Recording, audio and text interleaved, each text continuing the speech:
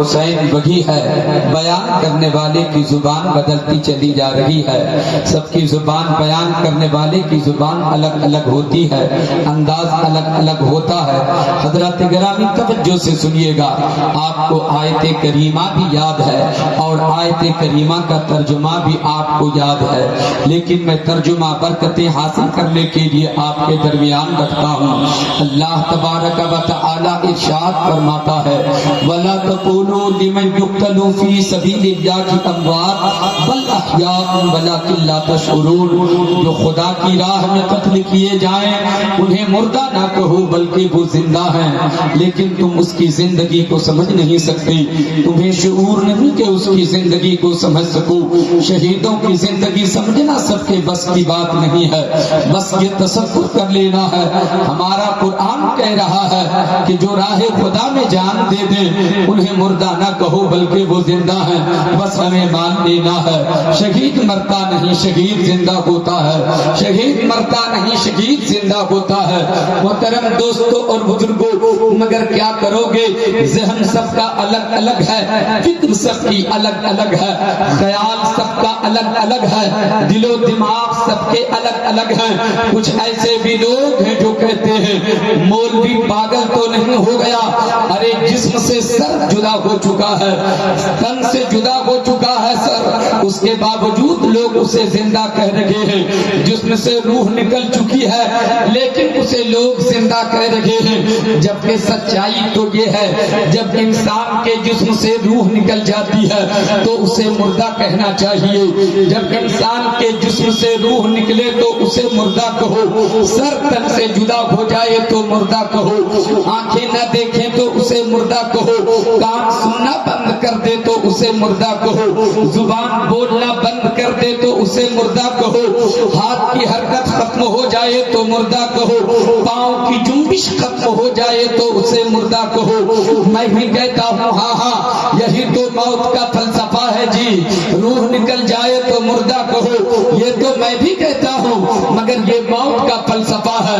روح نکل جائے تو مردہ کہو، یہ موت کا فلسفہ ہے، سر تن سے جدا ہو جائے تو مردہ کہو، یہ موت کا فلسفہ ہے، آنکھیں نہ دیکھیں تو اسے مردہ کہو، یہ موت کا فلسفہ ہے، کان سننا بند کر دے تو اسے مردہ کہو، یہ موت کا فلسفہ ہے، ہاتھ کی ختم ہو جائے حرکت تو مردہ کہو، یہ موت کا فلسفہ ہے۔ میں نے کہا ظالم تجھے اب تک سمجھ نہیں آئی تھا، ہمارا قرآن موت کا فلسفہ نہیں سمجھا رہا ہے، ہمارا قرآن تو شہادت کا فلسفہ سمجھا رہا ہے، اور شہادت کا فلسفہ یہ ہے روح نکل جائے مگر زندہ کہو، آنکھیں نہ دیکھیں مگر زندہ کہو۔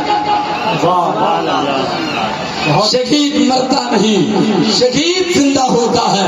محترم دوستوں اور بزرگوں، اب شہادت کا فلسفہ آپ کو درمیان سمجھانے کے لیے پھر ہمیں حسین کی شہادت بیان کرنی پڑے گی، علی اکبر کی شہادت بیان کرنی پڑے گی، علی اصغر کی شہادت بیان کرنی پڑے گی، قاسم و عباس کی شہادت بیان کرنی پڑے گی۔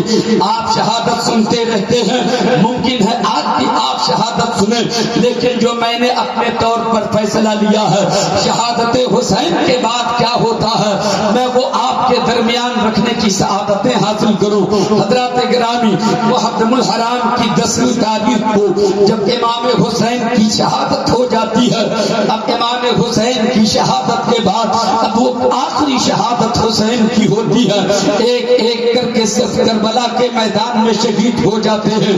اسی کربلا کے میدان میں عباس کی شہادت ہوتی ہے، حضرت قاسم کی شہادت ہوتی ہے، علی اکبر کی شہادت ہوتی ہے، علی اصغر کی شہادت ہوتی ہے، تمام خاندان والے کٹ گئے، گھر والے تمام کے تمام کٹ گئے۔ مصطفیٰ کے دین کی حفاظت کے لیے حسین نے سارا گھرانہ کٹا دیا، مصطفیٰ کی شریعت کی حفاظت کر لی، دین مصطفیٰ کی حفاظت کر لی۔ میرے دوستو، آخری شہادت حسین کی ہوتی ہے۔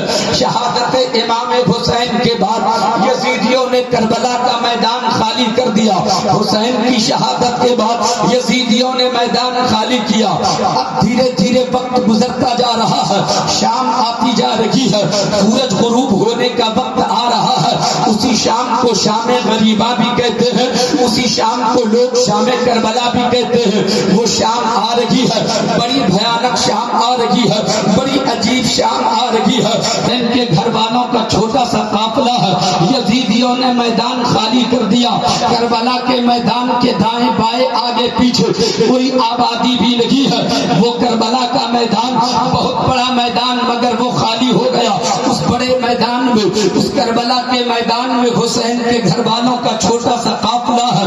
جو لوگ بچ گئے تھے, حسین کے ساتھ جو عورتیں آئی تھی, جو بچے آئے تھے کربلا کے میدان میں, عورتیں اور بچے ہیں. ان میں ایک زین العابدین بھی ہے جو بیمار ہے. حضرت زین العابدین جو امام حسین کے بیٹے ہیں. ایک حضرت سکینہ جو امام حسین کی 6 سال کی بچی ہے.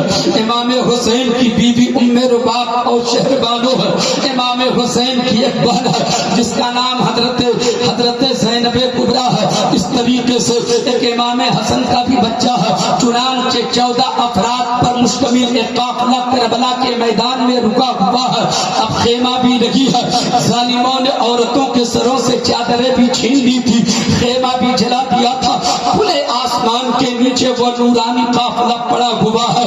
اب اس قافلے والے کا اس کربلا کے میدان میں کوئی مددگار نہیں ہے, کوئی سہارا نہیں ہے, کوئی پوچھنے والا نہیں ہے, کوئی خیریت لینے والا نہیں ہے. حضرت زینب نے دیکھا دھیرے دھیرے اندھیرا چھا رہا ہے. ہر طرف تاریکی چھا گئی ہے, ہر طرف اندھیرا ہے, بھوکا عالم ہے, ہر طرف سناٹا ہے. پرندوں کی خوفناک آوازیں ہیں, ہوا کے تیز چلنے کی جو سرسراہٹ کی آواز آتی ہے. بچوں کا کلیجہ سہمنے لگتا ہے, دہلنے لگتا ہے.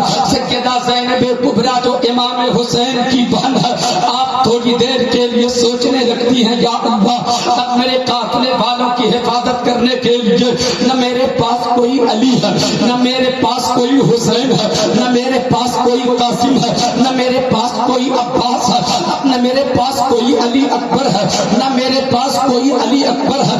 کون میرے قافلے والوں کی حفاظت کرے گا؟ کون میرے قافلے والوں کی خیریت لے گا؟ کون قافلے والوں کی حفاظت کرے گا؟ سید زینب کبریٰ اسی سوچ میں پڑ گئی ہے. تھوڑی ہی دیر کے بعد فیصلہ لیتی ہے اور اپنے آپ سے زینب کبریٰ کہتی ہے, کون ہے زینب کبریٰ؟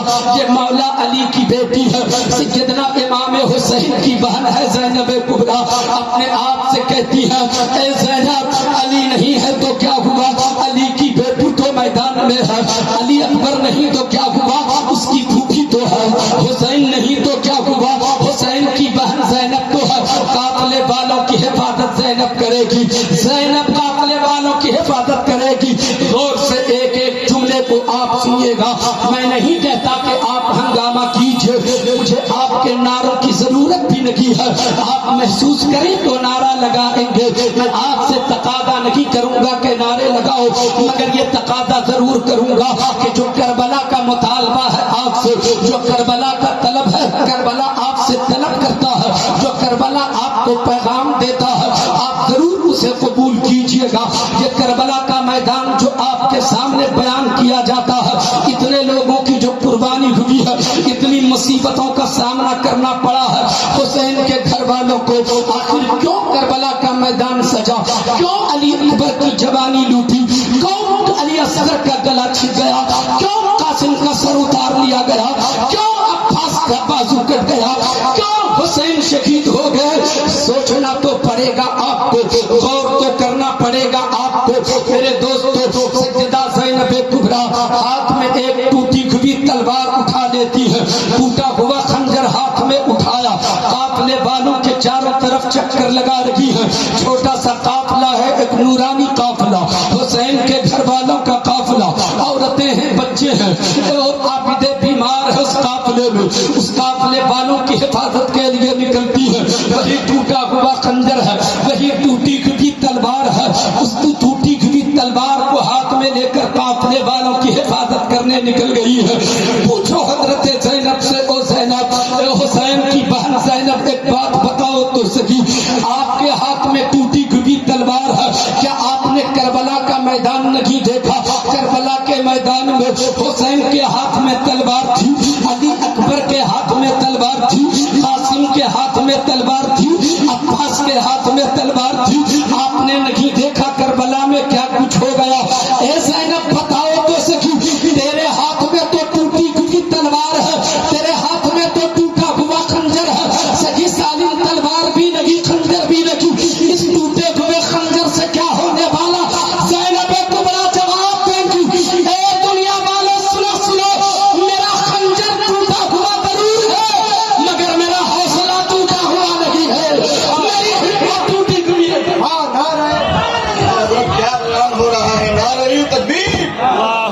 نعرہ رسالت. آج کی ایسی تقریر ہم دل لگی کے ساتھ، خوش دلی کے ساتھ، جمعیت کے ساتھ، دل جمعی کے ساتھ قسم خدا کی سن لیں، آج آپ کا ایمان تازہ ہو جائے گا. نعرہ لگائیے، نعرہ تکبیر. ہاتھ اٹھا کر نعرہ لگائیے، نعرہ تکبیر، نعرہ رسالت. امام الشہداء کانفرنس علامہ جنید جمالی صاحب قبلہ. کچھ کرسیاں خالی ہیں، کچھ کرسیاں. میں تو کہوں گا کہ آپ ہی آگے آ جائیے، یہ جو پیچھے بیٹھے ہوئے ہیں، تاکہ شایان شان طریقے سے حضرت کا خطاب ہو جائے. تو چند قدموں کی زحمت جو آپ یہ افراد بیٹھے ہوئے ہیں آ جائیں، تاکہ ان بھائی کو ترکیب ملے، تاکید ہو کہ وہ لوگ ذرا سا آگے بڑھتے. میں ان حضرات کے بھی جذبات کی قدر کرتا. ایسی تقریر کی پذیرائی نہیں ہوگی تو کیسی تقریر کی ہوگی؟ بولیے یا حسین، ہاتھ اٹھا کے بولیے یا حسین. حضرت آپ بولیے، جو پڑھا لکھا طبقہ ہے وہ سن رہا ہے انشاءاللہ. بہت اچھا تاثر. سیدہ زینب کبریٰ رضی اللہ تعالی عنہا اپنے قافلے والوں کی حفاظت کر رہی ہے، چکر لگا رہی ہے قافلے والوں کی. اور کبھی کبھی آپ وہ ڈیوٹی توڑ کر کے آپ قافلے کے بیچ آتی ہے. چھوٹے چھوٹے بچے ہیں اس قافلے میں. سیدہ زینب کبریٰ ان بچوں کو سلانا چاہتی ہے، کبھی لوریاں سناتی ہے، کبھی تھپڑیاں دیتی ہے. ان چھوٹے چھوٹے بچوں کو سلانا بہت ضروری ہے، ورنہ ان کی طبیعت بگڑ سکتی ہے. اس لیے کہ یہ چھوٹے چھوٹے بچے جتنے دنوں سے بڑے لوگ پیاسے اور بھوکے ہیں، اتنے ہی دنوں کے یہ چھوٹے چھوٹے بچے بھی بھوکے پیاسے ہیں. دوسری بات یہ ہے کہ کربلا کے میدان میں حسین کو شہید ہوتے ہوئے ان بچوں نے بھی دیکھا، علی اکبر کی جوانی لٹتے ہوئے ان بچوں نے بھی دیکھا، اصغر کا گلا چھٹتے ہوئے ان بچوں نے بھی دیکھا، قاسم کا سر اترتے ہوئے ان بچوں نے بھی دیکھا، عباس کا بازو کرتے ہوئے ان بچوں نے بھی دیکھا. ان بچوں کو سلانا ضروری ہے، انہیں آرام ضروری ہے. کبھی آپ سلانے بچوں کو آتی ہے، کبھی پہرا لینے کے لیے، پہرا دینے کے لیے قافلے سے باہر نکلتی ہے، چاروں طرف قافلے کے چاروں طرف چکر لگاتی ہے. رات گزرتی چلی جا رہی ہے. سیدہ زینب کبریٰ نے محسوس کیا چھوٹے چھوٹے بچے جو کربلا کے میدان میں ہمارے قافلے میں ہیں وہ سو گئے ہیں. اب آپ پہرا دے رہی ہیں، اچانک کسی کے سسکیوں کی آواز آتی ہے، کسی کے رونے کی آواز آتی ہے. کوئی ہچکیاں لے رہا ہے، کوئی سسکیاں لے رہا ہے، کسی کا کلیجہ پھٹ رہا ہے. حضرت زینب نے سردے سماعت سے آواز ٹکراتی ہے. آپ چونک پڑتی ہے، کون رو رہا ہے اس میدان میں؟ اب تو یہاں کوئی ہے بھی نہیں، میدان یزیدیوں نے خالی کر دیا ہے، صرف ہمارا ہی تو قافلہ بچا ہے. ہمارے قافلے میں کوئی رو بھی نہیں رہا ہے، مگر یہ رونے کی آواز کہاں سے آ رہی ہے؟ آپ نے کان دھرا ہے، جدھر سے آواز رونے کی آ رہی تھی، سسکیوں کی آواز جہاں سے آ رہی تھی، جہاں سے کلیجہ کسی کے پھٹنے کی آواز آ رہی تھی، اسی آواز کے سہارے زینب آگے بڑھتی ہے. آگے بڑھتے بڑھتے اس مقام تک پہنچتی ہے جہاں حسین کی لاش کربلا کے میدان میں رکھی ہوئی تھی. قریب پہنچتی ہے زینب کبریٰ تو دیکھتی ہے سیدہ سکینہ جو حسین کی 6 سال کی بچی ہے، ایک لاش کے اوپر اپنا سر رکھ دیا ہے اور وہ رو رہی ہے. حضرت زینب جاتی ہے، سیدہ زینب کبریٰ نے سکینہ کو گود میں اٹھایا، کلیجے سے لگایا. اے بیٹی سکینہ، کس کی لاش پر تم نے اپنا سر رکھا اور رو رہی تھی؟ تو جواب دیا، پھوپھی جان، کہ میرے بابا کی لاش ہے، کہ میرے ابو حسین کی لاش ہے. اے میری بھتیجی سکینہ، بتاؤ تیرے بابا کی لاش یہ ہے کیسے جانا؟ اس لیے کہ 72 زخم تلوار کے، 82 زخم نیزے کے لگے ہوئے ہیں. اس زخموں سے چھلنی چھلنی ہو چکا ہے، سر دھڑ سے الگ ہو چکا ہے، پہچان میں آتا نہیں ہے کون سی لاش کس کی ہے. تو پھر تم نے کیسے پہچانا کہ یہ تیرے بابا کی لاش ہے؟ کیسے جانا تیرے ابو کی لاش ہے؟ کیسے جانا تیرے حسین کی لاش ہے؟ کہا پھوپھی جان کے تو میں بھی نہیں جانتی پہچانتی تھی، مگر کیا بتاؤں، آپ نے مجھے قافلے میں سلانے کی کوشش کیا اور آپ کا خیال یہ تھا کہ میں سو گئی ہوں، مگر میں سوئی نہیں تھی. مجھے تو نیند ہی نہیں آ رہی تھی، میری تو نیند اڑ چکی تھی، مجھے قرار نہیں مل رہا تھا. جب میں بے چین ہو گئی تو چپکے سے نکل گئی قافلے سے، آواز دیتی کیونکہ کربلا کے میدان میں پہنچ گئی. اور میرے بابا کہاں ہو؟ اے میرے ابو حسین کہاں ہو؟ ہر رات آپ کے سینے پر آپ کی بیٹی سکینہ اپنا سر رکھتی تھی، تب نیند آتی تھی اسے. اے میرے بابا حسین، آج آپ کی بیٹی سکینہ کو اپنا سر رکھ کر سونے کے لیے جب تیرا کلیجہ نہ ملا،